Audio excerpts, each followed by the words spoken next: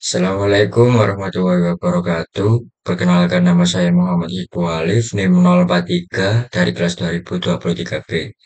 Di sini saya akan mepresentasikan UTS dari mata kuliah kualitas daya dari makalah yang berjudul Pengaruh Faktor Daya pada Kelistrikan Rumah Tangga maupun Industri.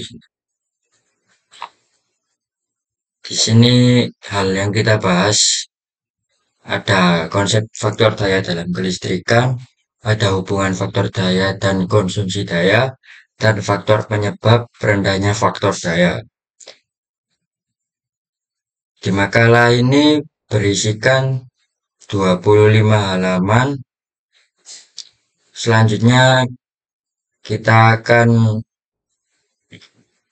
mengubah ke PPT atau ke PowerPoint untuk dipresentasikan ya.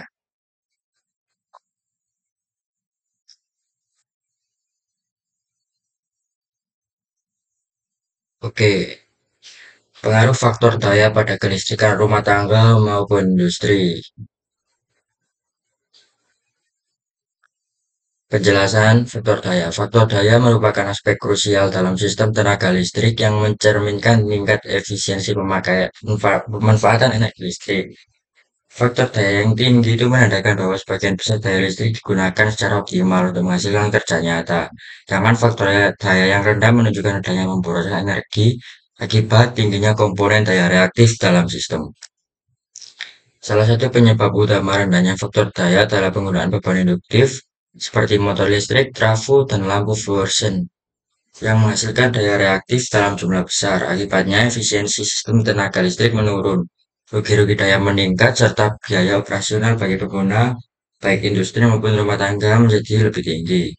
Hal tersebut dapat diatasi dengan menggunakan kompensator daya reaktif, yaitu kapasitor untuk meningkatkan nilai faktor daya atau KOSPI. Pemasangan kapasitor menggunakan metode individual compensation, yaitu dua kapasitor dengan nilai yang sudah ditentukan dipasang langsung pada masing-masing beban, yaitu pompa air dan kulkas. Konsep faktor daya dalam kelistrikan. Faktor daya atau power factor adalah perbandingan antara daya aktif P dengan daya semu atau S dalam suatu sistem listrik AC atau arus bolak-balik. Faktor daya menunjukkan seberapa efisien daya listrik digunakan dalam suatu rangkaian atau peralatan listrik. Secara matematis, faktor daya dinyatakan sebagai PF sama dengan cos P sama dengan P per S, di mana P atau daya aktif adalah daya yang benar-benar digunakan oleh beban untuk melakukan kerja dengan satuan watt. S atau daya semu adalah total daya yang disuplai oleh sumber listrik atau VA. Daya Q atau daya reaktif adalah daya yang tidak melakukan kerja tetapi tetap diperlukan untuk membentuk medan magnet dalam peralatan induktif dalam satuan var.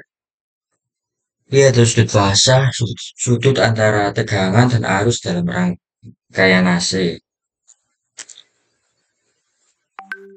Hubungan ketiga daya ini digambarkan dalam segitiga daya S kuadrat sama dengan P kuadrat plus Q kuadrat. Secara umum, faktor daya listrik sering disebut sebagai kosinus P yang merupakan parameter penting dalam sistem tenaga listrik. Faktor daya ini menggambarkan sejauh mana daya listrik yang dikonsumsi oleh suatu beban benar-benar digunakan untuk melakukan kerja nyata dibandingkan dengan total daya yang mengalir dalam sistem. Yang pertama ada daya aktif. Daya aktif atau active power adalah komponen daya listrik yang benar-benar digunakan untuk melakukan kerja nyata dalam suatu sistem kelistrikan. Daya ini merupakan bagian dari total daya yang secara efektif dikonversikan menjadi bentuk energi lain, seperti energi mekanik, panas, atau cahaya, tergantung pada jenis beban yang digunakan. Daya aktif ini diperlukan oleh beban resistif seperti pemanas listrik, lampu pijar, atau elemen pemanas dalam kompor listrik. Daya aktif adalah daya yang murni diserap oleh beban resistif. Daya yang menandai adanya energi listrik terkonversi menjadi energi lain pada beban resistif. Daya aktif secara efektif menghasilkan kerja yang nyata di sisi beban listrik. Yang kedua ada daya reaktif. Daya reaktif atau reaktif power adalah daya yang diperlukan untuk menciptakan dan mempertahankan medan magnet dalam beban yang bersifat induktif. Beban induktif ini banyak ditemukan pada berbagai perangkat listrik seperti motor listrik, trafo, dan berbagai peralatan yang menggunakan prinsip induksi elektromagnetik. Sebagai contoh dalam motor listrik induksi, daya reaktif digunakan untuk membangkitkan medan magnet pada kumparan stator. Daya reaktif tidak hanya dikonsumsi oleh beban induktif, tetapi juga dapat dihasilkan oleh beban kapasitif. Peralatan dengan sifat kapasitif seperti lampu neon, kapasitor bank, dan sistem koleksi faktor daya justru berperan dalam menghasilkan daya reaktif yang dapat digunakan untuk mengimbangi daya reaktif yang diserap oleh beban induktif. Dan yang ketiga ada daya semu. Daya semu adalah daya yang dihasilkan oleh perkalian antara tegangan dan arus dalam suatu jaringan atau daya yang merupakan hasil penjumlahan trigonometri daya aktif dan daya reaktif. Daya semu ialah daya yang dikeluarkan sumber alternating current atau AC atau diserap oleh beban. Berikut adalah gambar dari segitiga daya dari daya semu yang satuan VA, daya reaktif dengan satuan Farad, dan daya nyata atau daya reaktif dalam satuan Watt. Kemudian ada hubungan faktor daya dan konsumsi daya.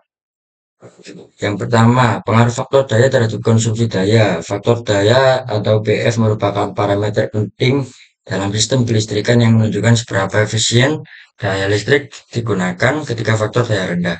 Konsumsi daya semu meningkat sehingga membutuhkan lebih banyak arus untuk menyuplai daya aktif yang sama.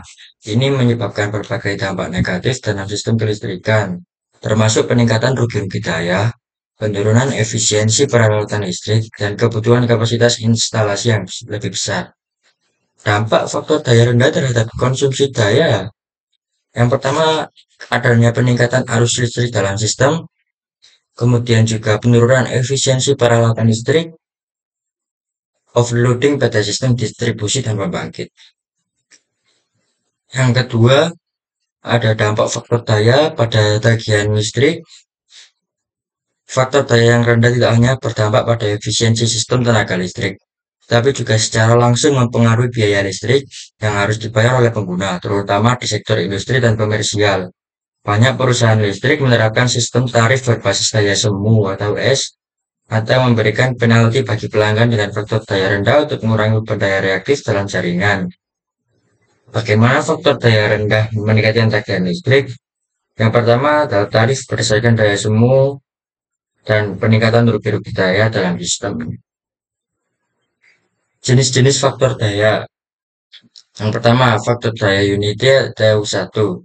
Faktor daya unity terjadi ketika nilai Cosby sama dengan 1, yang berarti tegangan dan arus berada dalam fase yang sama tanpa ada pergeseran fasa.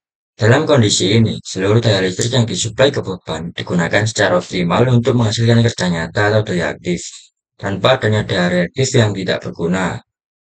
Di samping adalah gambar dari faktor daya unity. Kemudian yang kedua ada faktor daya mendahului atau leading.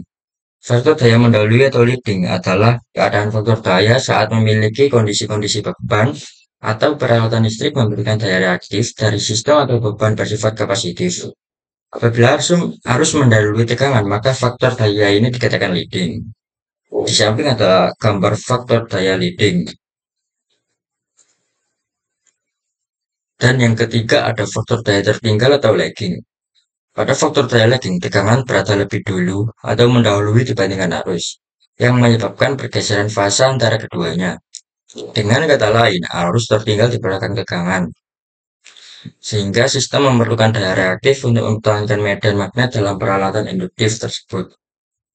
Di samping adalah gambar dari faktor daya tertinggal atau lagging. Faktor penyebab rendahnya faktor daya. Yang pertama, penggunaan motor yang tidak efisien.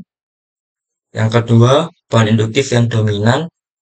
Yang ketiga, penggunaan peralatan elektronik tanpa koreksi faktor daya. Yang keempat, distorsi harmonisa. Yang kelima, kapasitas beban yang berlebihan atau tidak seimbang.